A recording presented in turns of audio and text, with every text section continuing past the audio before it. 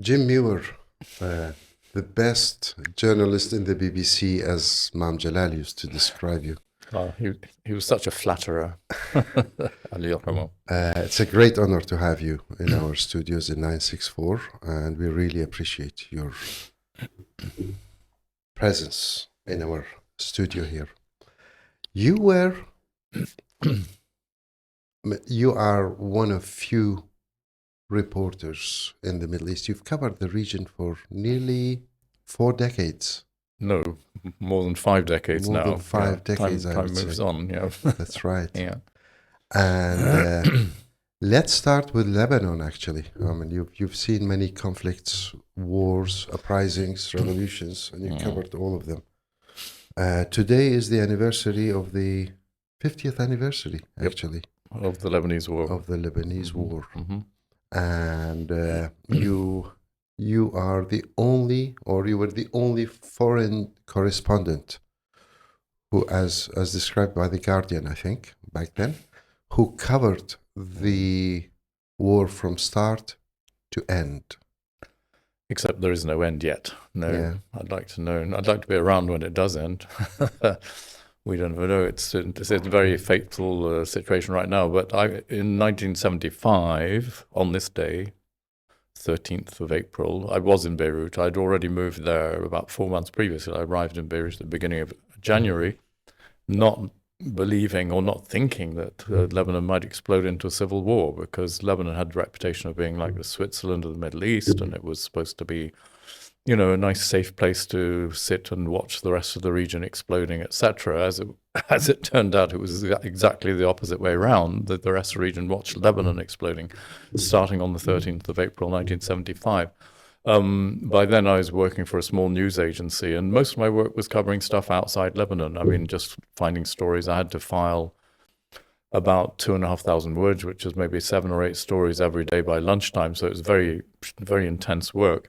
So when the incident happened on the 13th of April, when a bunch of Palestinians were shot up in a bus in the suburbs of Beirut by Christian militiamen, there have been incidents just before that, but that's what really ignited things. We didn't realize this was the start of a big war. It was an incident. There was a round of fighting, but then there was a ceasefire. So we thought, that's it, you know, just get back to normal again. But in fact, then there was another round of fighting and another round of fighting. We started having T-shirts made with, you know, Beirut ceasefire number 4, 5, 10, 20. It became 20, 25, whatever, And it went on for 2 years at that level, kind of getting more and more complicated, and with more and more outside factors being drawn in. The Israelis started getting involved with the Christians. The Syrians ended up intervening in 1976 against the Palestinians. There was all the regional power struggles were being fought out by proxy in Lebanon. And then there was there was sort of Arab initiative that brought it to a halt towards the end of 1976, after nearly 2 years. But really, it was just burying the embers under the ashes. It was bubbling away, and things kept happening, like the assassination of Walid Jumblat, the Druze leader, in 1977. Kemal Jumblat. Sorry, oh dear, that was a terrible mistake. The assassination of Kemal Jumblat, the Druze leader, in 1977. And leading up, it was inexorably leading up to what happened in 1982, which was the Israeli invasion of Lebanon, sort of more or less in league with the Christians, trying to lift a Christian leader, Bashir Jamal, to the presidency. He got blown up before he could even take power. And then, just more and more regional struggles, but also local struggles, because as the Israelis withdrew from the Beirut area and gradually moved back south like a tide going out, this was leaving a vacuum. So in the 80s, you had all these ridiculous sort of battles between rival militias from all different sects and within different sects, within the Shia, within the Christians, etc., as they're all fighting for their little patch and for power. Where were you when you heard the first shot of that war? I was physically hearing. Do you remember? Well, the thing is, I was working on Hamra, which is the kind of main street of Ras Beirut, and we didn't actually hear the shooting in the suburbs, because it started off down in the suburbs. I can't really remember. At that time, it all seemed quite remote, I have to say. And as I say, there was a localized clash, but then gradually it spread, and it spread right around. There was fighting that was pushed down through West Beirut. Christians were basically being dislodged and pushed into East Beirut, and then the line stabilized, through from the port up along the Damascus Road, and that became known as the Green Line. But that took a lot of fighting, a lot of people being killed to establish that line. So by about January of 1976, that line was pretty much established. You had battles in the luxury hotels. In fact, now still today, if you see the Holiday Inn, it still looks like a battle survivor because it's got holes and it's never been redone. I said it looks a bit like, because there's lots of posh hotels around it that have either been done up or built new, and I say it looks like a sort of tramp that somehow got into a posh cocktail party when you see the Holiday Inn there full of holes and broken stuff. But there's legal reasons why it hasn't been done up. Anyway, it was like the tide coming in. At the beginning, it was very remote. You didn't really hear the fighting because it was down in the suburbs. But gradually, it just got closer and closer. And then it was almost like the backdrop. I remember having a lunch with my mum was visiting, and you could hear the fighting going on downtown, boom, boom, boom, boom, while you're having lunch. And she was saying, what's going on? And I was saying, don't worry, it's downtown. It's about a mile or two away, because the line was stabilized by then. So you just got used to it being the backdrop of daily life. Once I'm going to stay in Beirut for this other questions before moving to geographic or tour the area, because you've been everywhere. Once you described life in Beirut as you could be shot in the morning by Israelis, or bombed in the morning by shelled in the morning by Israelis. I'll get it right for you. No, this actually was based on personal experience. I was shot at by the Israelis in South Lebanon in the morning, on the way back, shelled by Christian militias around Sidon. And in the evening, I could easily have been kidnapped by Hezbollah. I wasn't, thank goodness. But this was a variation on the old statement. They used to say, Lebanon, the land where you can ski in the morning and swim in the afternoon and have a glamorous party in the evening. So things changed a bit. How did you navigate this environment, as a reporter? I think probably the most difficult time was in the 80s, when there was kidnapping going on of foreigners. So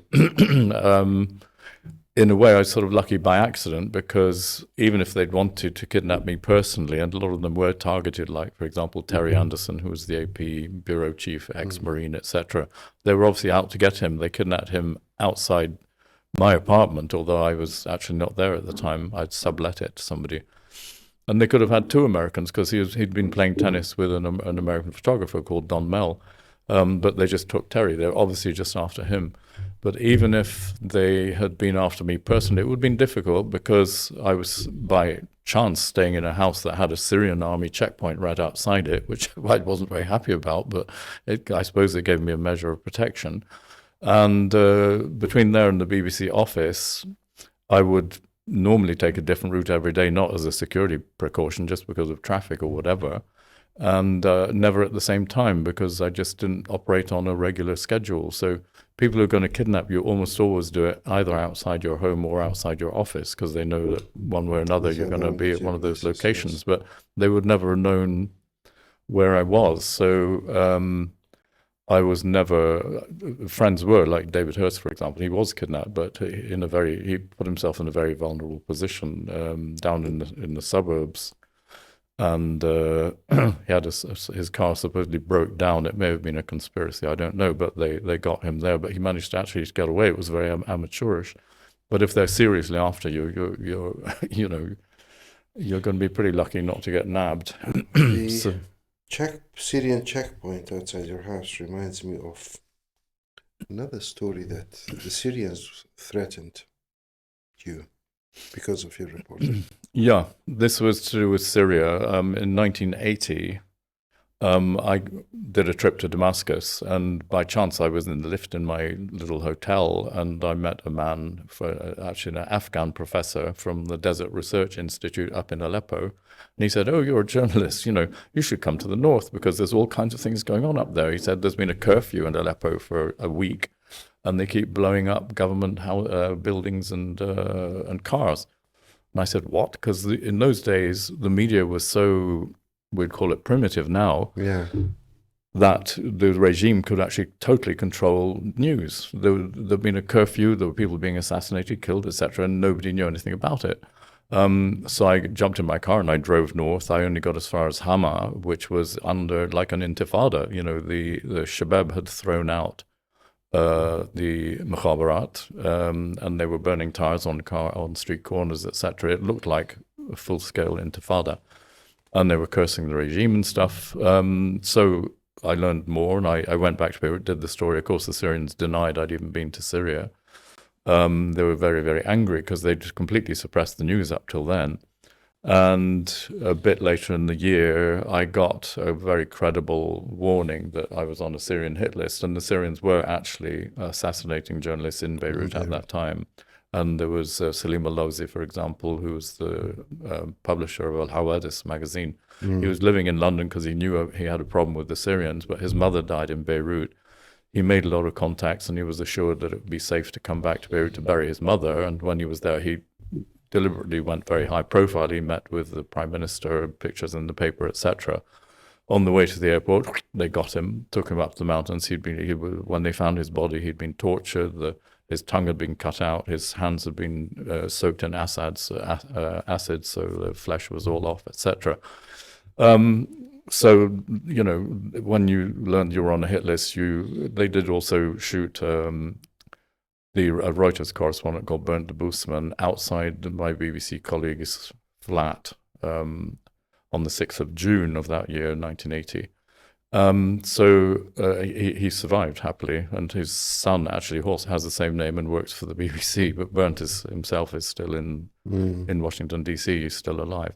But so when you got a message saying the Syrians have put you on a hit list, you didn't sort of think, oh, well, you know, I'll just take my chances because they were serious. You know? Did you stay in Beirut? No, I left about as soon as I could, but the airport was closed, so I had a few kind of very uncomfortable days when I kept thinking, oh dear. I remember walking up the street from my flat, and there was a guy on the other side looking at me, and he crossed the road towards me with his hand in his pocket, and I thought, oh God, this could be it. Luckily it wasn't, but it was a slightly tense time. So anyway, I got on a plane and flew to the closest place, which was Cyprus, and I've actually had a presence there ever since. But that was 1982, I came back because the Israeli invasion was going on. I came in during the siege of Beirut. Because I was quite sure the Syrians had other things to worry about than little Mr. Jim, you know. Big Mr. Jim. Well, you've reported on the Middle East for the BBC out of Cairo, Beirut, not Damascus, Tehran, Baghdad, and Cyprus. And Kurdistan. And Kurdistan, the other capital. Where was your most... or the least tense time? The most tense or the least, which do you want? The least tense. Least tense. Which city? Oh, you mean where was I happiest, you mean? Or Yes. Yeah. Where were you most comfortable as a reporter, not as live and lecturing? I think... I know you can't, it's difficult to... Yeah, well, you have tense times and relaxed times in the same location. So it's you know, you can have a tense moment and then a quiet moment in the same place. But the place I think I found, I felt most that this was kind of like the pinnacle in a way, was Tehran. I was in Tehran for about nearly 5 years. And... it was just like, it was rather like frontier stuff, because when I first got there in 1999 to open up the BBC office, or a BBC office, because it had been closed since the revolution. That's right. The BBC was thrown out. يعني أنت كنت الفاتح للBBC. Well, the time was right, but it was Khatami had just been elected and so on. Right. And the doors were open, you know. In fact, I had more trouble getting the BBC into shape than I had getting the Iran into shape to get the office going. But no, that was great, because at the beginning there was no other foreign journalists there. We were kind of like the first back in. Yeah. And slowly during my time there, it built up to maybe 40, 50 foreign journalists there, quite a big community.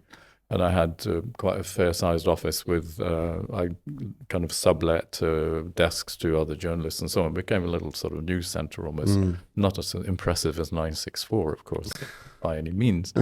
But there you really felt that you were at the cutting edge. You weren't just taking news agency copy and rehashing it. You were actually discovering things and telling the world about them. And people would say, wow, I did stories about skiing in Iran. I mean, people don't really know that there's this kind of life to about drugs as well. Drugs are a very big issue in Iran. I mean, there's several million addicts and you don't hear much about it. And it's a very serious topic for the Iranians. I mean, and they didn't seem to mind me covering it, or other things like prostitution and so on. I was surprised how much freedom we had, you know. But this was the Khatami era, and it's over. I mean, there are now no foreign journalists or Western journalists based in Tehran. It's gone. So we have a lot of nostalgia for those days because it was a very special period. But it can't be reproduced. If I went back now, Mr. Pezeshkian has a lot of challenges, I think. I think he does, definitely. He wants to be Khatami 2.0, but it seems like it doesn't know. Yeah. Well, it was disappointing because there were a lot of people supported the reformists, but they didn't. I remember climbing up the mountain on a Friday when a lot of Tehranis go up the mountain to get some fresh air, you know, walking alongside a guy. And he said, the problem with Khatami, he's got the right ideas, but he hasn't got any balls, you know. Well, I don't know about that, but all these guys, the whole story really was the way the reformists were having their legs sort of whittled down by the hardliners. So by the time I left in 2004, it was done. You know, Khatami was a dead duck. He had one more year left in office, not in power. Because the measures had been taken over by the hardliners, and you know, he couldn't do anything. His hands were tied. So yeah, it was very interesting times, and interesting in a way also to be in Tehran and look at the Arab world from a very close but quite different perspective. You know, when you look at the Arab world from Tehran, what you mainly see is actually Egypt sticking up, because Egypt is the big country in the Middle East. The Gulf countries look like kind of shacks that have been, you know, quite posh little chalets that have been built along the side of the Gulf, you know, not really very serious. What about Iraq? Yeah, you could say Iraq also. Yeah, but in my day, Iraq, of course, you'd had the war, the 8-year war from 1980 to 1988 was still very much a live thing, you know. The war wounded, Janbazan, as they call them, I mean, my driver, for example, had a leg missing, you know, because he'd lost it in the war. And people were still dying of poison gas, of mustard gas, you know. I went and I did a story, and again, I was surprised. This in the year 2000, the anniversary of the war. I did a story about the war and how it's still a very live issue in Iran. And it was interesting how much freedom I had. You know, I even went into a kind of Revolutionary Guard hospital, which is actually the most difficult thing, to talk to a guy who was dying with his lungs being slowly corroded by mustard gas, which kind of, there's nothing to be done about it, just slowly eats your lungs. And this is 20 years later, you know. And we went to the front down at Khorramshahr and just filming. Nobody even came up and said, "What are you doing here?" We're actually on the border filming, you know, military positions. Nobody came up and said, "What are you doing? Who gave you permission?" We had permissions, but nobody ever challenged us. So we had a lot of freedom in those days. I only once had a problem, and that was to do with Iraq. Actually, it was to do with Kurdistan. I'm not sure how much detail I can go into. It's the only time I was called in by the Revolutionary Guards and had to sort of placate them.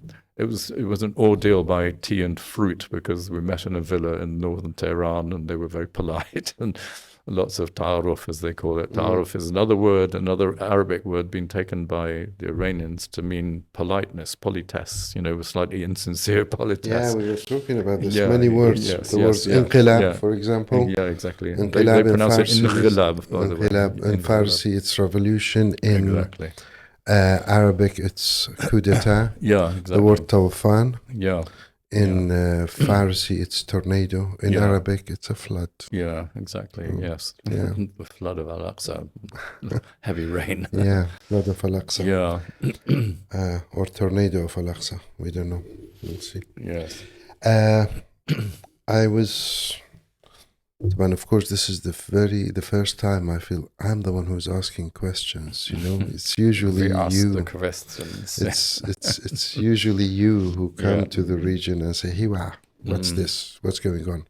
Right. And I'm the one who does the talking. But I feel it feels very different to be on the other side. But it's a great honor, I have to say. I was looking for a bridge to cross to Iraq from the region. And then you mentioned Beirut. You have a story from Beirut to crossing into Iraqi Kurdistan. But then you mentioned the mustard gas and the chemical weapons.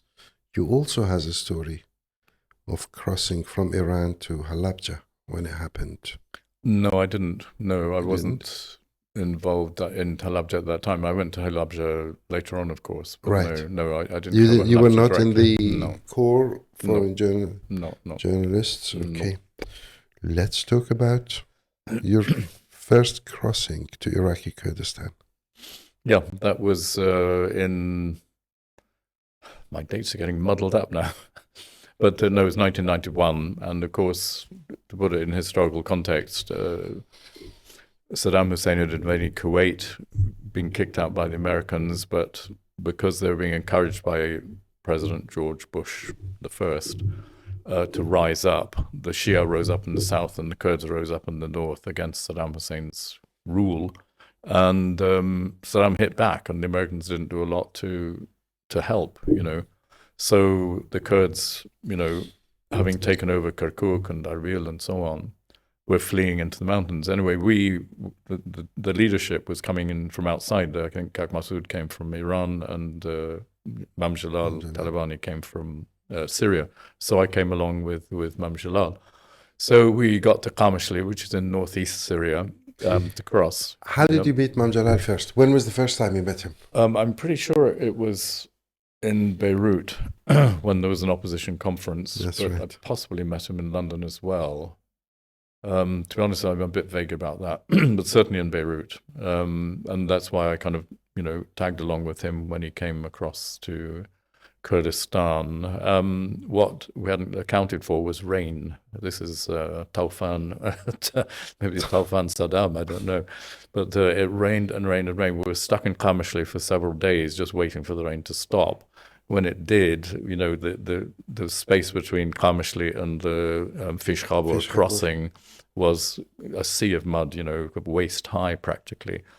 And we had trouble struggling through the mud. We ended up on the back of a tractor trailer to get down there because the tractor's the only thing that had big enough wheels to Mam Jalal get up. To be honest, I think I'd lost sight of him at that stage. I don't know, but we all had to get in this very tiny boat and go across this real flood. I mean, the river was completely, we say, in spate.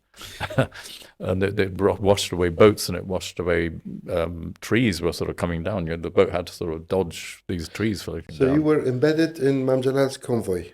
I don't know. There's quite a lot of press, and I guess he was kind of directing us. But I can't remember seeing him there. I saw him later in Zaho because he made a big speech, That's a big right. sort of arrival speech. You know, huge speech with vast crowds of people. People were very, very excited. And then we made our way across to eventually to Shaklawa, where he met up for the first time with Kak Massoud, with Mr. Barzani, and. I was there. And, You were there. There's a photo. Yeah, there's a photo of me with the two of them. It looks like I'm presiding over their region.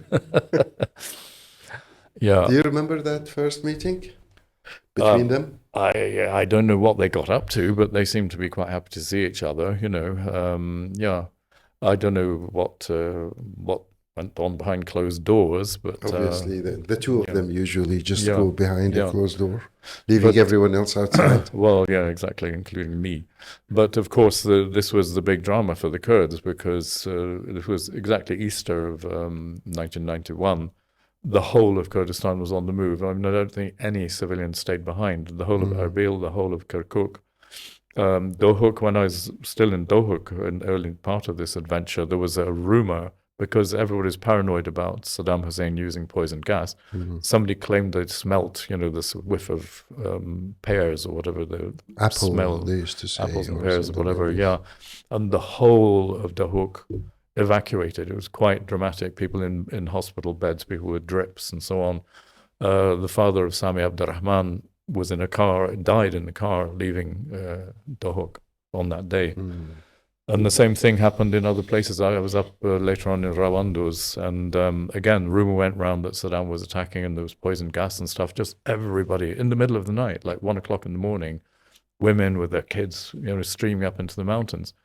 And it was quite spectacular. There was something like 2 or 3 million Kurds on the road. That's and of course, the traffic got totally jammed. People were walking, and a lot of Kurdish ladies in their spangly finery. It looked quite, and the bulldozers with kids in the scoop, for example, one of the few scoops I ever had. And I remember very dramatic. Yeah, I was in Damascus listening to the World Service, and Jim Muir, BBC, used to say Iraqi Kurdistan or Northern Iraq, or on the border between areas. And I remember back then it was Jim, and then later it was Claire Poynton. Claire Poynton also, one of the names I kind of remember. What was it like reporting from these areas, especially with this mass exodus? It was probably your first mass exodus scene. Yeah, it was biblical in its proportions, and just dramatic. It was also very difficult to operate because, this is well before the age of mobile phones and all that, and sat phones even, although Mam Jalal had a sat phone. So if I was with him, I could broadcast on his sat phone, but, I couldn't spend all my time tagging along with him. He was mainly over in the east in Mawat and around north of Sulaymaniyah. Yeah. Whereas Kak Masood was more in this area. And if I was with him, the only way I could get anything out at all was over military radio on a backpack, military backpack. With, what do they call it? Rakal. I think, or something like this. The one with the big antenna. Well, you see the guys, they got like a backpack with an antenna. And there was a guy called Kak Abdullah who was the operator, and I remember him sort of cranking it up, shouting the call sign, Bishtahash, to get the Damascus office. So he made a connection with the Damascus office, and I would shout my dispatch down there. And how they got it to London, I don't know, but somehow the Damascus office, they either recorded and passed it on or sort of patched it through to London. I don't know. Must be the work of Hoshar Zebari. I don't know. But somehow it ended up in London, but in such bad quality, they couldn't actually run it as a dispatch. They would run it as though it was a foreign language. They would have a few seconds of me, and then they'd fade under a voiceover reading out what I had said. But I have to say, it's probably the only moment in my reporting life that I actually felt that we'd really done something very important, because on the day of the huge exodus, I was lying on the floor of the house of Zaid Surchi at north of Shaqlawa somewhere. Soran, near Khalifan. Khalifan, exactly. That's right. In their village. Yeah. I was sleeping on the floor of his house. And the night before I'd sent my dispatch, and I'd no idea if it got through or not. But then I switched on the radio in the morning, and there was my dispatch. And also colleagues who'd gone out with the Exodus had got across into Turkey, and they were giving vivid accounts as well. Right. So I really felt, that our profession was kind of vindicated, that you can actually sometimes do something that actually makes a difference. And you didn't have cameras, no TV crew, nothing? No, I was recording a lot on little cassettes, but I had no way of getting that out. So when I was around for about 6 weeks altogether, by the time I got out, the story had kind of moved on, because Provide Comfort had happened. There were sort of American camps all over southern Turkey. I actually walked out of Kurdistan into Turkey because it was the only way to get out. And that was quite an extraordinary journey out because there was a leadership meeting in Rawanduz, and I sort of saw the guys there and then left with a little note from Kak Masood, because there'd been this incident when, now what's her name, Rose, and the people who got killed on the way in from Turkey, you remember? Gad Gross? No, sorry? not Gad. No, I'm stupidly I've forgotten. It was Rose. There was a couple, a girl and a guy, and they disappeared on the way in. So every time I made contact with the BBC, they would say, "Have you seen or come across them?" And I'd say, "I'm sorry, I haven't. No." Anyway, they were basically murdered on the way in, and bodies dumped in a stream. And I think they were betrayed by some go-between smuggler, apparently. So Kak Masood sent me with guys who actually walked across the border through the mountains into southern Turkey. And after his guys left, I had to sign a little bit of paper to give back to Masood to say that I'd arrived safely. But this village was so remote in Turkey that it had no road going to it. You could only get there on foot. And I thought, how am I going to get back to Cyprus, where I was based at the time? And I thought it was going to take about a week because Turkish Airlines was on strike, so there were no internal flights. And I thought then, of course, there's no flights between Turkey and Cyprus because of the dispute between Turkey and Greece. So I thought I'll probably get home next Wednesday or something like that. As it turned out, because of all this provide comfort stuff, we walked out of the village. Then eventually we got a ride on the back of another tractor. And as we were going along to the next village, we saw helicopters landing. It was Americans picking up Kurdish refugees and taking them off somewhere. So we sort of said, hello, Anyway, we got a ride on this helicopter to, I think, Silopi in southern Turkey. And there was another sort of base, and we got flown on to Diyarbakir. And from there, they had C-130s, military transport planes, flying to Cyprus. So, in fact, I was home by lunchtime the same day. I couldn't believe it. I thought it was going to take days and days and days. But leaving Kurdistan was weird, going out from the mountains in a helicopter when you've been walking through these mountains for weeks. Then suddenly you're just lifted up and you're looking down and you're seeing the whole thing going away. It was quite extraordinary. And people were still in the mountains? Well, this was a very remote area. There weren't many there, but I'm not sure why the Americans, they were picking up sort of small pockets. It wasn't a mass situation there because we were inside Turkey by that time. The problem on the Turkish border was that the Turks were stopping them getting across the border at all. So many perished, And on the Iranian side, the Hajamrana area in Shoman and so on. And from Suleimaniye, Bashmakh and the other routes. Yeah. The Iranians were letting them in, but at the rate of 20,000 a day, which sounds like a lot, but when you've got 2 million stacked up, it's not moving very fast at all. And of course, it was horrible conditions. Although it was, I think, March or April, there was snow, rain, and many people, especially kids, died along the way. You see little graves along the wayside. It was dramatic. Just looking back, when I went your analyst hat, do you think that provide comfort and the no-fly zone and this status was out of humanitarian sympathy or out of humanitarian needs, or a fear of shifting geopolitics of the Middle East, millions moving to other countries? I think it was mainly the first, to be honest, because, and this again is where I may have played a slightly little historic role, because the pictures, and this in a way is vindication of the press and our very egotistical profession, the pictures of, hundreds of thousands of Kurds, stuck in the mountains and not being allowed in, freezing to death in the snow, etc. These images, I think, had a big impact in the West. And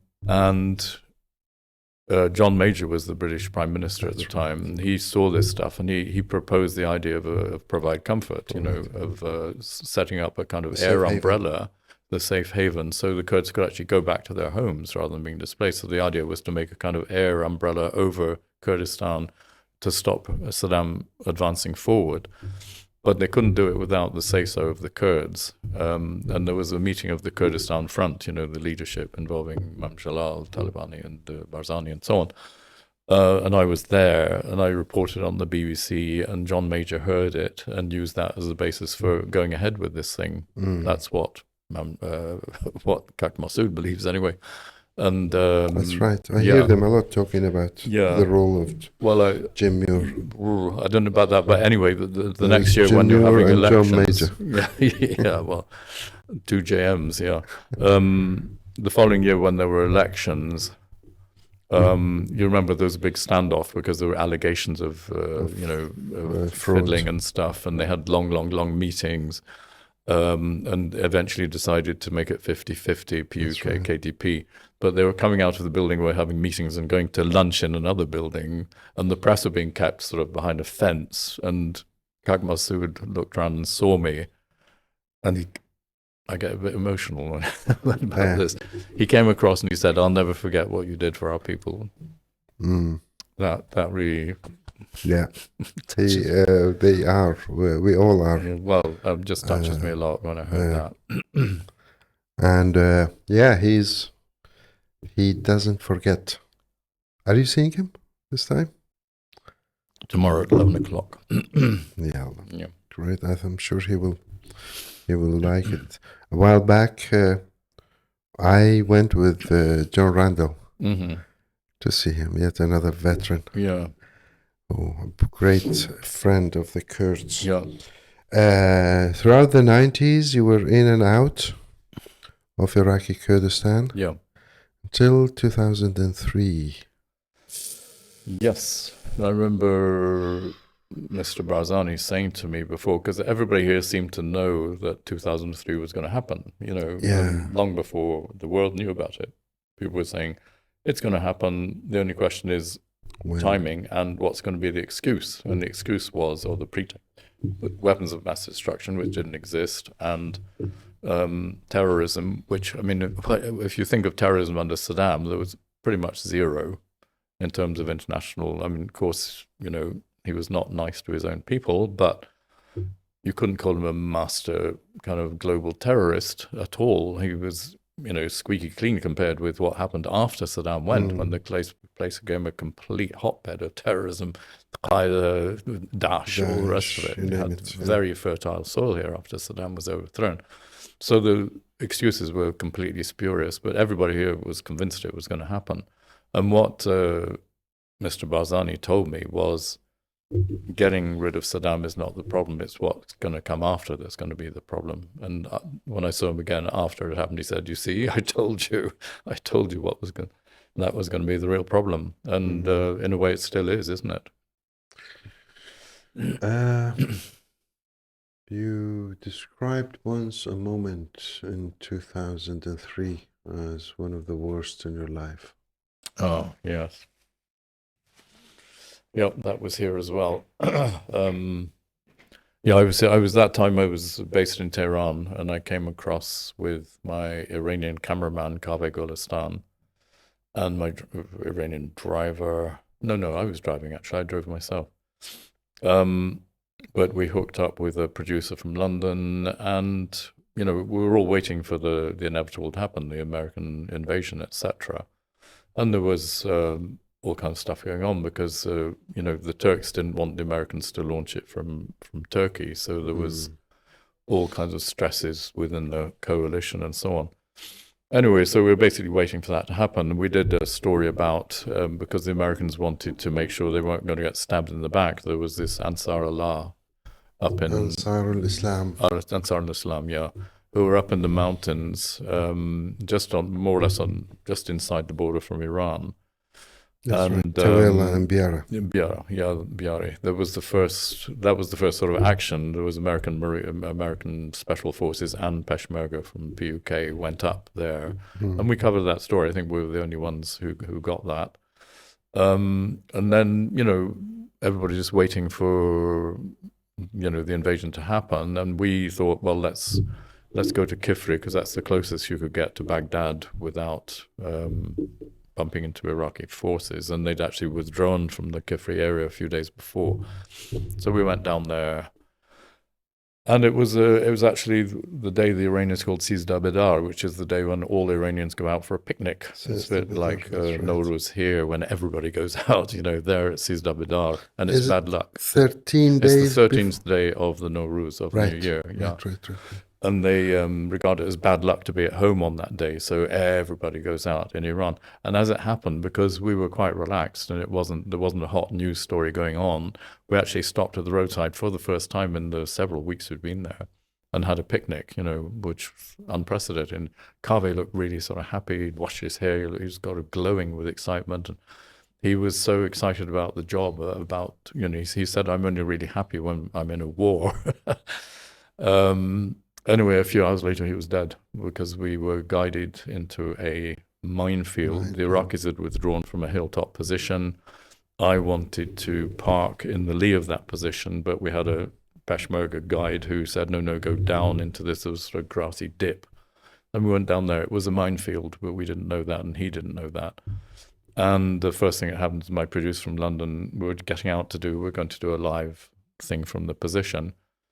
He put his foot on a mine, and he thought we were being shelled because we'd been shelled 2 or 3 times in the previous days. So we thought we were being shelled. He put a foot on and it exploded on a mine. He thought we were being shelled, even though he just stepped on a mine. Kaveh, God bless him, jumped out and ran down deeper into this dip, which is a minefield. So he stepped on one and fell on another. And, I thought we were being shelled, so I jumped out and I ran around the back of the car, and there was dust everywhere, explosions, your ears are ringing. This all happened in a very few seconds. Ears ringing and so on. And then, the dust starts to settle. And my Kurdish interpreter, Rabin, was still in the back of the car, and he said, it's a minefield. He's the first to realize because he hadn't got out of the car, We thought it was shelling, but in fact we were standing on the danger. It wasn't flying through the air towards us. We were standing on it. So I was around the back of the car by then. I got Stuart hopping on one foot because he'd lost it at the bottom of his foot. I got him into the very back of the car, put his leg up. He was okay. Then I said, where's Kaveh? And Rabin said, he's over there. And there was a kind of dip, and Kaveh was in that dip. And it was a bloodbath. He'd just been very badly damaged, partly dismembered, etc. The dilemma, it's a classic dilemma, actually. We have these courses called HEFAT, which is, HEFAT is Hostile Environment and First Aid Training. HEFAT. I remember. I was with Kawa on the same you were? course. Oh, right. And you. Oh, yeah? Remember? We were together in some military base, Salisbury or somewhere. Was that when they were doing the anti-gas stuff? CBR, was it chemical biology? Which never happened, but that's right. We never had to use that stuff. Oh, yeah, I remember, on that course we were together. In the other course, I was with ITV people or something. Right. It was some AK, some company was providing. Anyway, it's a classic thing. They say, imagine that you realize you're in a minefield and you've got a colleague there, or you're not supposed to. Yeah, that's right. I remember. Yeah, because you stand a good chance of getting blown to bits. Anyway, they admit that, if it's your colleague and friend, you can't just leave him there. So in the end, after poking a bit, we happened to have some skewers, and but I thought this is going to take hours, to get to. And if I hit one, maybe it's going to explode in my face. So in the end, we just junked that, and I walked across and lifted him up and carried him back. Yeah, what else was I supposed to do? Luckily, Kaveh was a very light guy. If he'd been one of these hulking cameramen, I'd have been in trouble. But he was very light, and unfortunately a bit lighter after the explosions. He basically bled out. I mean, he was dead by the time No, by the time he got into the car, Rabin checked his pulse and he'd gone. So I backed up the track, and the Peshmerga guy had run back up, shooting in the air because he thought we were being shelled as well. He was saying Hawen, which means mortar. He thought we were being shelled, but he was shooting in the air to draw attention. So by the time we got back up the track, going backwards the way we'd come, so we wouldn't hit another mine, there's a bunch of people sorting this way. There was a clinic quite nearby as it happened. So we got there, and Stuart was kind of patched up. and stuck in an ambulance to get him up to Sulaymaniyah. I had to stay to do some formalities to do with Kaveh and get a That's death right. certificate and I stuff. remember. I remember seeing Stewart in the base. It was a in military hospital Masker in Salam. Scilly. Yeah, Some American doctors. exactly. And they told us. I was in Dukan on that day. Oh, right. Mam Jalal and Kak Masood had a meeting, Mm-hmm. and I was the one who broke the story to Kak Masood. Right. He was very upset, I can tell you. For Kava. Jim, how is Jim? I said, he's okay. But we lost Kava. Yeah. And they knew Kava from Halabja days. He's the one that Yes. he was. Yes. He took a lot of pictures from right. Halabja Yeah. when it happened. Yeah. So Stuart subsequently had to have his leg amputated halfway up because basically the bottom of his foot had been sort of seared off. But it's very hard to reconstruct a foot, and to do a kind of amputation through the ankle is very complicated. They said you'll probably have to have 5 or 6 operations and you'll be in a lot of pain. It'd be simpler just to take the leg off, below the knee, and that's what he did. I remember. Yeah, he did that in Wales in the end. Yeah. I remember seeing a photo, and he was very resilient, and he would. The evening when the American military doctors were talking to him, he was very adamant to be very responsive and to show them that he's very cooperative with them. Wow. I'm sure the young journalists who are watching us now are saying that was during the age of analog. We're now in digital. Probably if you were back then, if you had today's technology, you could have been on your own, not needing to be with this big team. With just a mobile, you could film and dispatch your reports and everything else. You'd have to be good at sort of editing and all the rest of it. Plus, you depend on a mobile signal. If there's no mobile signal, you can't do very much. So there's limits to it, and there are still a lot of landmines out there. So if you want to be on the spot, my kind of conclusion after thinking it through a lot was that, basically war is a dangerous place, and if you want to be safe, you just shouldn't be there at all. I mean, there's no such thing as total safety in war. You see what happened on just a few days later. John Simpson was going south with Peshmerga towards Baghdad, and their column was hit by friendly fire by the Americans. This is where Waji, Kak Masood's brother. Yeah. He was also badly injured. Right. In that incident. Well, John Simpson's Kurdish translator was killed. Yeah. Cameron, exactly. I remember. So we were just coming out from the graveyard north of Tehran from burying Kaveh, and somebody came running up and said, "Have you heard what happened?" So I remember. Yeah. Yeah. Wow. Then you moved. Since 2003, you reported a lot from Baghdad as well. Yeah. The Civil War. That's right. In Baghdad. Mostly the Civil War, right?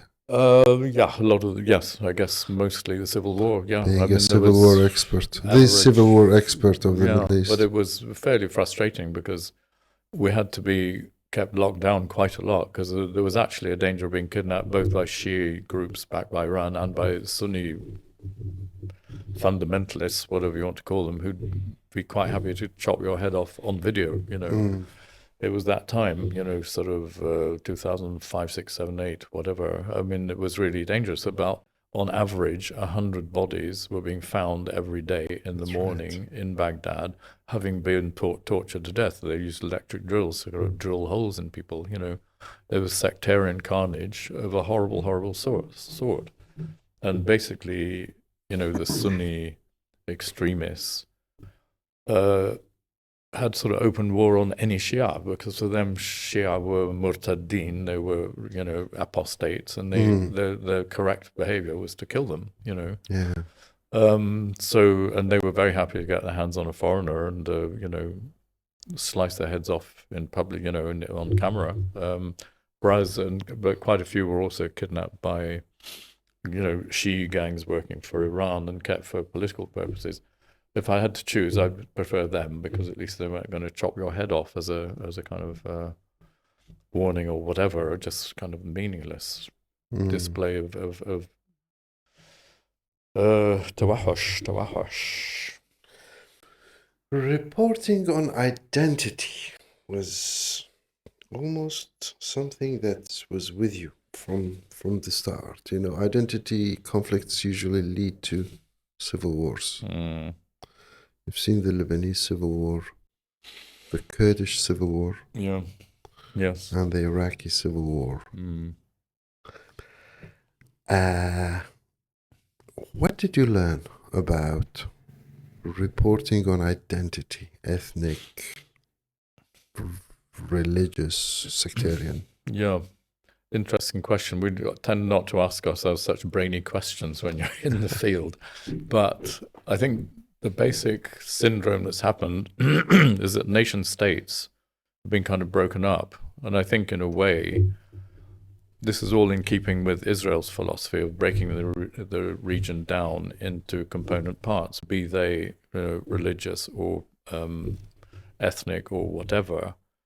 And if you look at the region since I arrived here 50 years ago, it was, monolithic states. You had Iran under the Shah, and then under the Islamic Revolution, a strong central grip holding a country with many different parts, which could fly apart if there were sufficient centrifugal forces. Saddam Hussein in Iraq, the Assad dynasty in Syria, all regimes in countries where borders have been generally drawn by colonial powers, not by the people of the region, sometimes putting lines through villages and chopping families in half, that kind of thing. Straight lines on maps, But within the confines of those states, if you don't have a strong central hand holding it together, often brutally, but not necessarily, it didn't have to be that way. But then you had, as I say, the Assads in Syria, the Saddam and co in the Baathists in Iraq, and so on. Once that hand is lifted, then you have identity politics. And look what happened after the American invasion. When I knew it was going to happen, I was living in Tehran at the time, and I remember lying in bed, mentally composing a letter to Prime Minister Blair at the time, which I never wrote, unfortunately, and it would only have been to salve my own conscience, saying, if you go ahead with this, it's going to be a massive historical blunder, because things are going to fly apart. And look what's happened since then. I mean, they opened the gate to the Iranians, for example. I mean, I was here in Kurdistan before the invasion started in 2003. We could see, the Iraqi militias, Shia militias, who'd been nurtured and built by Iran, coming across the border, the Badr Brigade and so on. They're coming across with Iranian guys in black leather jackets sort of directing them.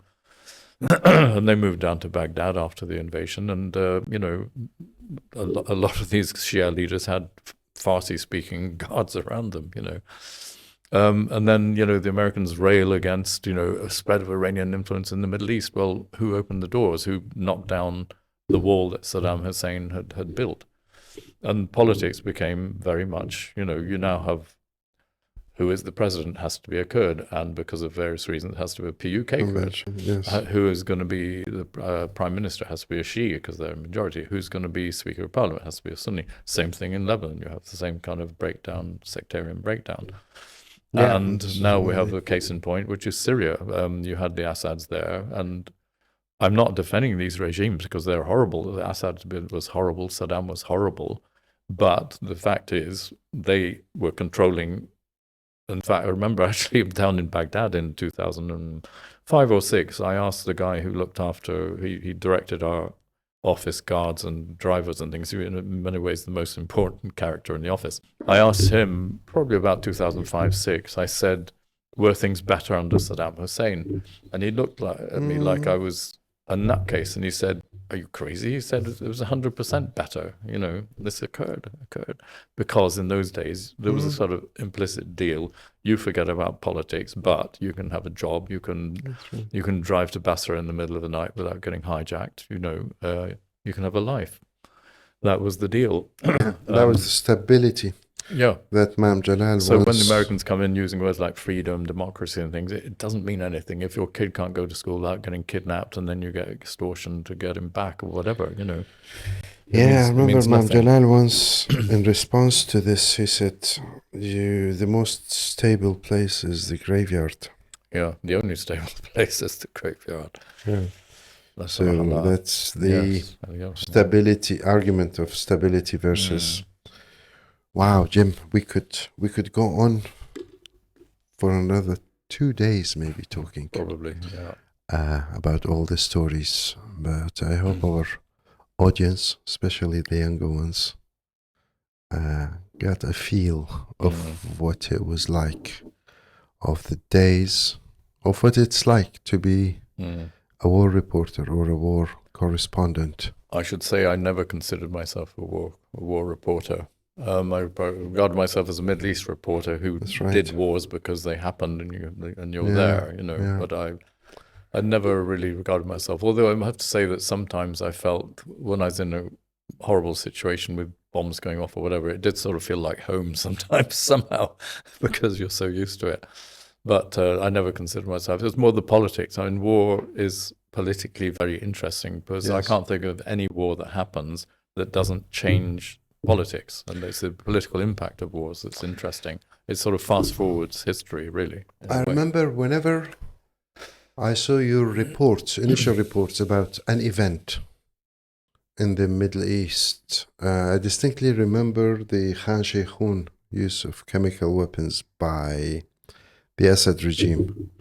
Then your analysis piece that came after. The fact that he flagged to the world that he now has chemical weapons, and it created some balance of powers or some kind of deterrence. You're not just the frontline reporter. You always, what made you different for me as a reader or as a as a journalist, was that Jim provides the frontline material and the big picture. Something that some journalists who are too hooked on the frontline material, they lose sight of the big picture, which was... Well, also, you have to be around for a bit. You have to know the background. You have to know the history. You know, if you're floated in from outside and you don't really know, you're doing a valuable job. You're telling people what's happening, but you may not be able to put it fully in its context. And that's the argument in favor of old gits like me being on the news sometimes, you know. You have a bit of perspective and context.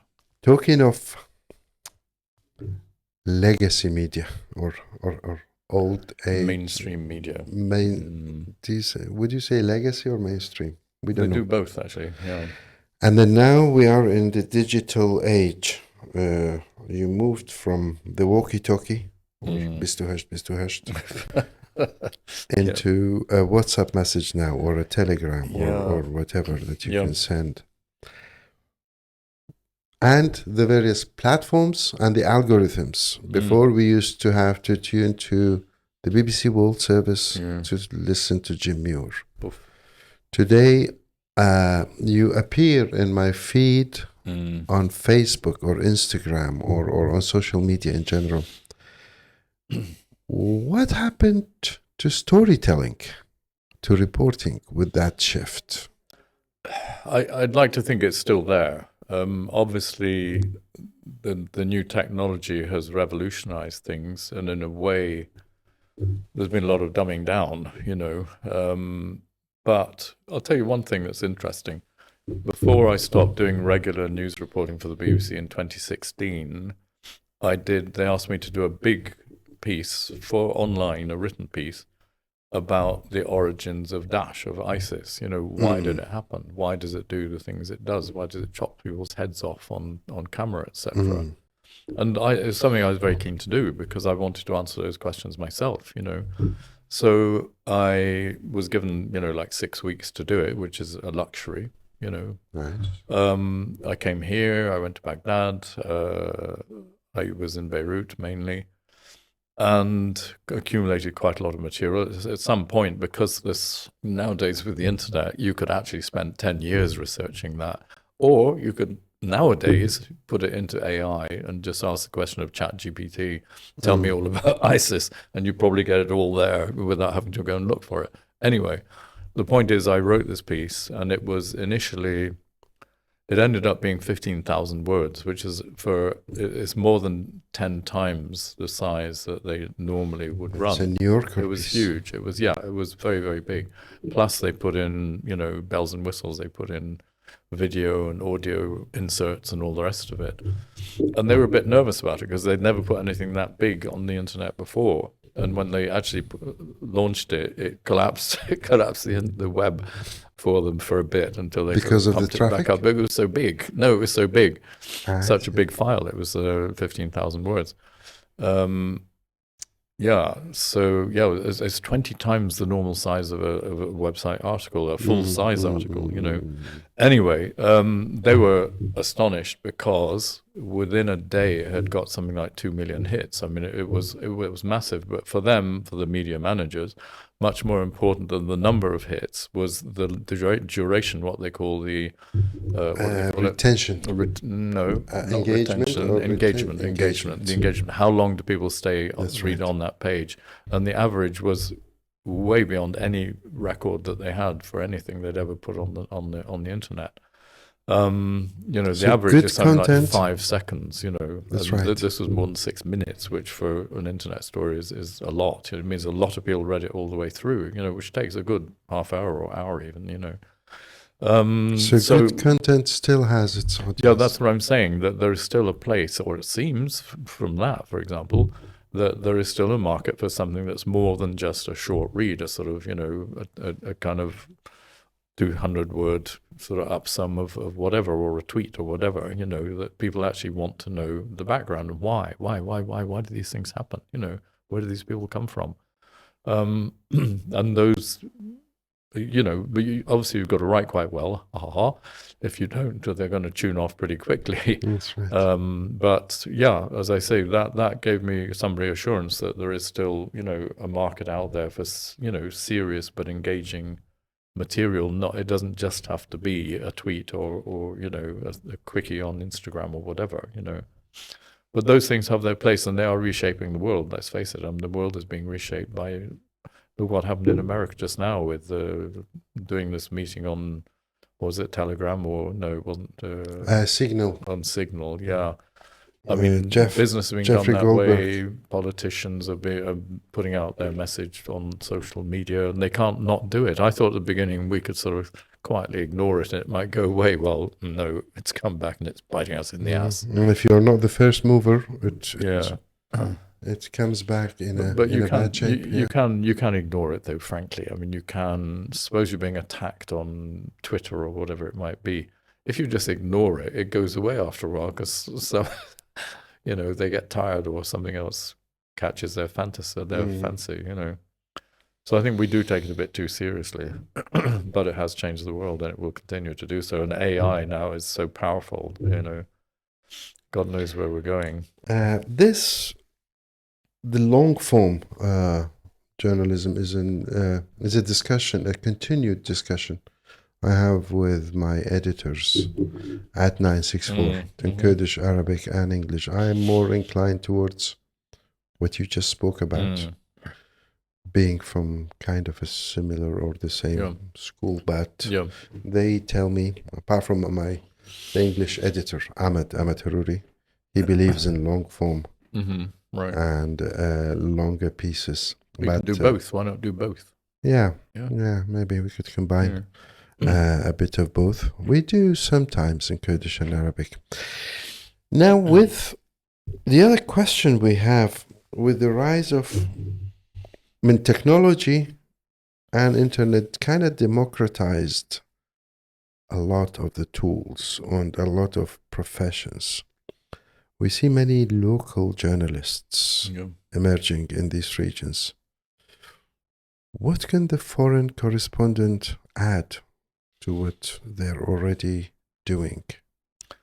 Yeah, that's a good question. I had to give a talk in London fairly recently about Gaza and the reporting of Gaza. Yeah. And that's a classic situation where, the foreign correspondent, the big names from the mainstream or legacy media, whatever you want to call it, they haven't been able to get in there. And I think, frankly, this is one reason why they're being kept out.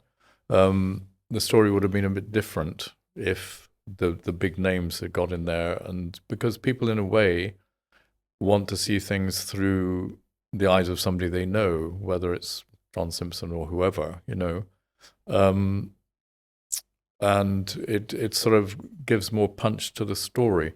Now, there's a lot of very good and very courageous material coming out of Gaza, and some of the people who are putting stuff on social media have got big followings, etc. But it's, in a way, in a sort of in a bubble, because they're feeding into a pool that is watched by certain, people of a certain bent, as it were, in the West or whatever, in America, whatever. Very important, but it doesn't really hit through to the decision makers in a way. I mean, if Western press were getting in there and saying they're smashing up hospitals, if they could get there properly, I mean, they bombed another hospital last night, They gave warning, but then they destroyed it. It's been systematically destroyed. At the very beginning, the Israeli Defense Minister, Yoav Gallant, who has now been replaced by somebody less liberal, shall we say, in a rather ironic way, but who's got a International Criminal Court warrant out for him, he said, our focus is not on accuracy, our focus is on destruction. There's been a lot of deliberate destruction, especially of things like hospitals and stuff, which is not collateral damage, But the point is that, unless you've got, known foreign reporters in there saying, look, this is what they're doing, stuff by people who are there, local journalists, which is completely valid and very courageous, and many have died, doesn't quite have the same punch in the real world of politics and power as, the big name reporters getting there and saying, look at this, I think it would have made a big difference. And that's why they're not being allowed in, frankly. In Baghdad, for those 3 years, I remember quite, because I was working with Mam Jalal. Weren't you just? And I used to be the one who would tell him, Jim is in town, and he would let him come first, let's have lunch, and then we do the interview. Do you remember? Number one priority, You met you interviewed Yasser Arafat as well. I did back in the late 70s, yeah. 70s, that's right. Are you able to tell me who was the most inspiring person you interviewed? Doesn't have to be a leader. Over the past. That's difficult. Most inspiring. That really is difficult. Most memorable interview you made? I suppose, although I can't remember much about what he said, but I did interview Hassan Nasrallah back in about 2003. Probably one of the last media interviews he gave, because life was very dangerous for him, and see the lengths they had to go to kill him. My goodness, through I don't know how many layers of concrete. And what did you have to go through to get to him? Not a lot. It was kind of arranged, and we were taken to a place we didn't know. I remember actually doing his predecessor, Abbas Moussaoui, and that was a bit more sort of, cloak and dagger. We were put in the back of a car, and it was blacked out, and we were whisked through the southern suburbs, this place we didn't know, going around in circles, and ending up in some little place secretly, everything under wraps, whereas when I saw Nasrallah, it was just in an office, and I think it was in a media office, and he was very genial, very, seemed very sort of open. I can't, as I say, this is way back 2003, whatever. I can't remember what the main issues were particularly. But he was obviously very charismatic, Yeah, But as I say, you come away with images and not so much necessarily the actual content. It's just the image of the guy and so on. And I did Fadlallah, who was the spiritual leader of Hezbollah, or that whole kind of cosmos. He would deny he had actually anything to do with Hezbollah as such, and he wasn't sort of part and parcel of it, but he was the godfather in a way. So I did him early on, before he became terribly famous. Who else? Yeah, I've done more. I mean, people like Samir Jaja, the completely opposite end of the spectrum from those guys. I used to see a lot of him back in the late 70s. And Jumblat? Jumblat, of course, yeah. I mean, I count him a friend because I see him often, sometimes socially and sometimes to politics. But yeah, he's probably he definitely is the most open Lebanese politician, and one who's got a historical understanding and memory that is very, very rare. And he talks about it, and he's got a very intricate memory for incidents and so on, but also stuff that happened before he was born. He's got a very strong sense of history and his legacy as the Druze leader, and his kind of his bastion in Mukhtara. He feels very, very strong responsibility to leave it to custodians who are going to look after it as well as he did, and so on. No, he's a remarkable figure. Yeah. And, interesting. Describe him as Mukhtar. He acts as no, Mukhtara is the name of his palace up in the mountains. Oh, I see. Yeah, Mukhtara. Yeah, yes. He's not Mukhtar. But he is a Mukhtar of the Druze. Could be, yeah. Although there are other Druze leaders and there's schisms there, but yeah, we see. he's the one everybody thinks of. In fact, he may well be coming here in June. That's right. Yeah. He often comes every now and then. What about in Iraq?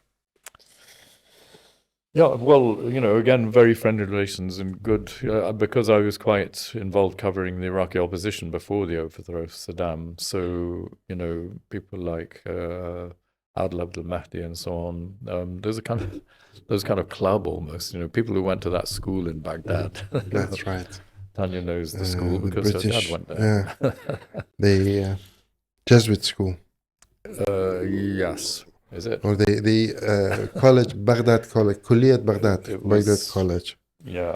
It's the Alawi, Adel school, I think, isn't it? Dr. Ayad Alawi, Yeah, they all went there. Chalabi, Yeah. Adel Abdul Mahdi. Yes. Our friend Kamran Qaradaghi. Yeah. Also Oh, we all went to there. that school. Yes. All graduates of the same school. Yeah. Yeah. So I felt very comfortable with those people, and Barham and just all of them. Mam Jalal. I knew a lot of people here, like Sami Abdurrahman and so on. Yeah. I mean, it's Iraq is a great country. Who is it said the Egyptians write books, the Lebanese publish books, and the Iraqis read books. They're very literate. Yeah. Depends on where you are. Yeah. The order of the cities is reversed and changed. But Baghdad, unfortunately, I spent a lot of time there, but because we were locked down a lot of the time, often all I saw was bits of pavement because we were in the back of a van with shields, blast shields and things. I'd just see a little corner out of the driver's window. Yeah, so I had very little understanding of Baghdad and its geography, because also the river goes like this, so you never know north, south, east, west. And you don't know Kark from Rasafa. Yeah. It's very the two sides of Tehran, Baghdad. for example, is on a grid. You've got the mountains there, so that's north, and everything else goes like this. It's like a grid, and you know where you are. Baghdad is a hopeless case. Erbil is like circles. Yeah. Yes, circles within around circles. The citadels. Yes. Yeah. Yeah, Erbil has changed beyond recognition. I mean, I came here in '91, when the Iraqi forces were still in part of it. But I think I met Adnan Mufti that day. So I got up as close as you could get to the Iraqis. But Baghdad Erbil was kind of quite a small little town in those days. Right. Now every time I come, it's more high rises and stuff. Right. It's unbelievable. Yeah, we as journalists look at the high rises, but we are also looking at the infrastructure. Yeah. We're hoping that health, education, and services to be as nice as the big high rises. Let me ask you a question. How do you see the relationship between Kurdistan, Iraq, and Baghdad these days? I mean, there was the referendum. It didn't go very well. It's a pretty uneasy relationship, isn't it? It is, in a way. Baghdad seems to have figured out how to grab the Kurds by their finances.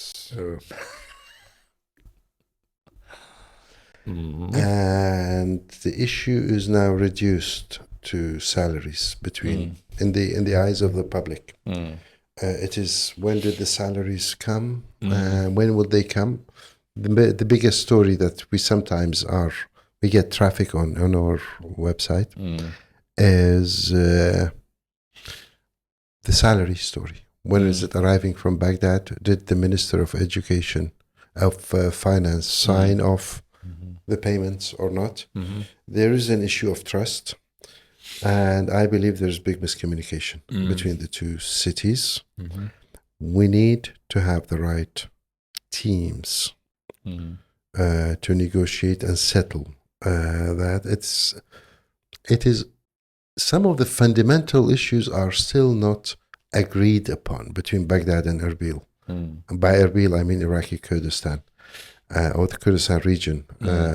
As President Nacho Van Barzani a while ago described it, he said, we might be wanting too much federalism, and Baghdad is way too central for our federalist ambitions.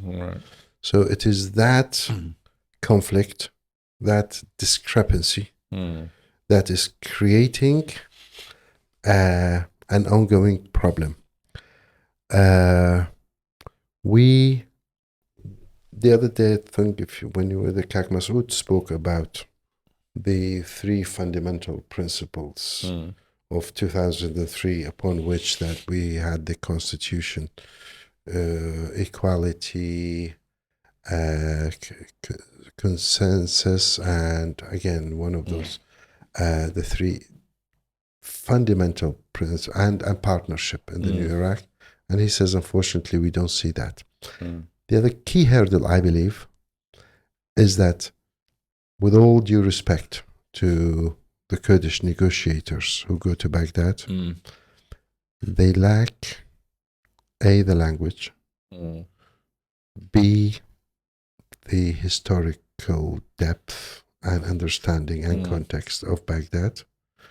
Although they are the same team, now maybe it was one of the, for a while, for example, Kobat had to go to Baghdad 17 times to get one salary. And the joke was that he must have learned Arabic by now. That was an issue. Do you remember back in 2004 or 5? The people who argued or who were negotiating over the constitution on the Kurdish side spoke Arabic better than the Iraqis, than the Arabs. Yeah. Mam Jalal, Dr. Fuad, Dr. Mahmoud, and the others. You know, they were picking after every letter. Today, unfortunately, we don't see that. Right. That's one hurdle, one difficult, one challenge. So when you say language, you mean language. You don't actual mean language and context. Yeah. The other thing, you don't know who's your interlocutor in Baghdad. You go to the prime minister or militia leaders, or you go to the parliament.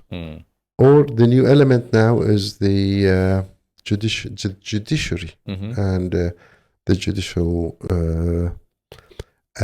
board, who and the federal court that makes decisions that undid quite a lot of the work that was done in Kurdistan, and they even intervened in things like electoral system in Kurdistan that some of the Kurds here see as unacceptable, but they still had to go with it. Right. So the relationship is a lot more complex and nuanced than that. Again, you managed to ask me and get me talking. I was hoping not to talk. We'll turn it around and make a separate program.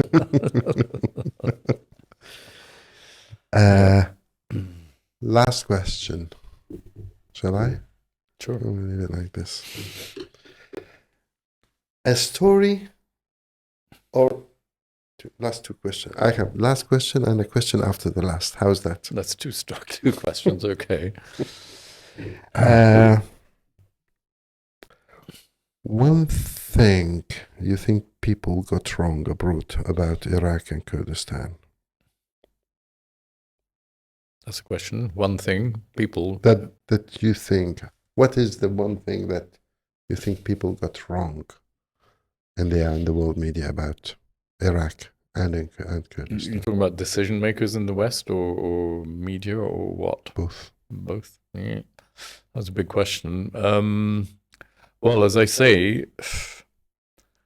I think the fundamental misconception was, historically, was the perception that Saddam was just an evil monster that it had to be removed at any cost, and that could be done easily. And the huge mistake, of course, was coming in and not just getting rid of Saddam. It was dissolving every structure that existed, military, security, political, etc. So the fragmentation of Iraq was inevitable. You were talking about identity politics and so on. That inevitably happened. So I think that was the fundamental misconception.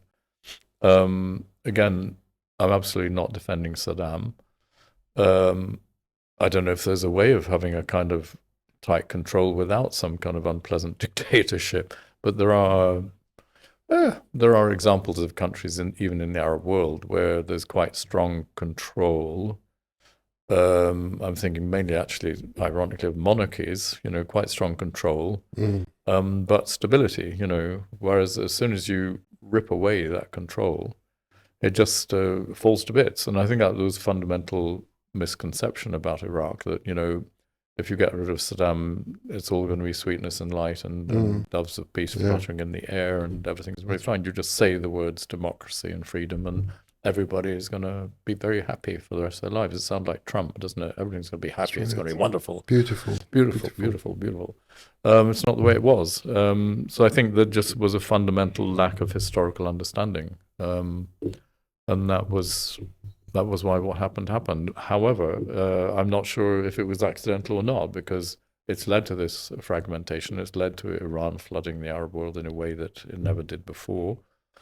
Now, was that foreseen by some people maybe in the background who we don't hear about, or was it just the accidental result of stupidity and blundering? I'm not sure. Maybe it was teleguided, blundering. I don't know. But it falls into this picture of a region that used to be concrete and is now fragmented, and that's, when I say concrete, I mean very solid. My image, for example, of Syria, my mental image all along was of a kind of crenellated citadel, very a bit complicated, lots of kind of towers and things, but very strong and very impregnable. Now it ended up being a kind of papier-mâché, just blown away in 2 days by these guys coming in from Idlib, and this a country that is going to fight very hard, have to work very, very hard to hold together as a country, because, the Israelis immediately moved forward in Golan and Jebel al-Sheikh, Mount Hermon and so on, other parts of the south, and putting a kind of, no-go area for Syrian forces in the south, and you've got Turkey in the north, and you've got all kinds of fragmentation going on. Very hard to hold together, very hard indeed, without that strong central hand, Yeah, but strong central hands can only go as much, they can't. I mean, would be so. Especially when you've got outside interference. I mean, the Americans have got one set of ideas, Turks, Israel, even Iran still maybe playing a role, Yeah, but somewhere like Damascus or the Syrian regime was the other scenario that some people talk about that should have happened in Iraq. Iraqis themselves should have overthrown, but again, the regime needed external help to stay. When it comes to that kind of strong centralized setup, you will have to have help from outside to build it. But I mean, Saddam didn't have much help from outside back then. Yes, but Did he? but eventually he would have needed to stay. Yeah, but I would much have preferred it if he'd be. I was happy to see him go. Don't get me wrong, and the same with Bashar. But in both cases, it wasn't the work of the Iraqi people and the Syrian people. Netanyahu said very clearly, what happened in Syria was a direct result of what we did to Hezbollah in Lebanon and to the Iranians in Syria. That's right. And it was. You could see that. The Iranians disappeared before what happened. Yes. And Hezbollah disappeared as well. They were major forces. And meanwhile, the Syrian army had just been, so many desertions. It was just vanished. A paper tiger by That's then. Right. Yeah. So, one story you wish you could revisit. To tell it in a different way? You're coming up with very difficult questions. One story to tell it in a different way. No, I can't think of anything that I would do.